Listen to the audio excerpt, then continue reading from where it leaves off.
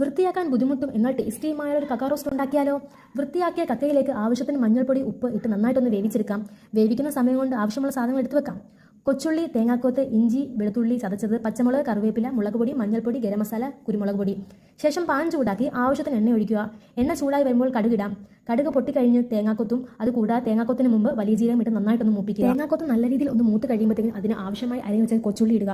കൊച്ചുള്ളിയുടെ കൂട്ടത്തിൽ ഇഞ്ചി, വെളുത്തുള്ളി ചതച്ചതും, പച്ചമുളക്, കറിവേപ്പില എന്നിവ കൂട്ടിച്ചേർത്ത് നല്ലതായിട്ടൊന്ന് യോജിപ്പിക്കുക.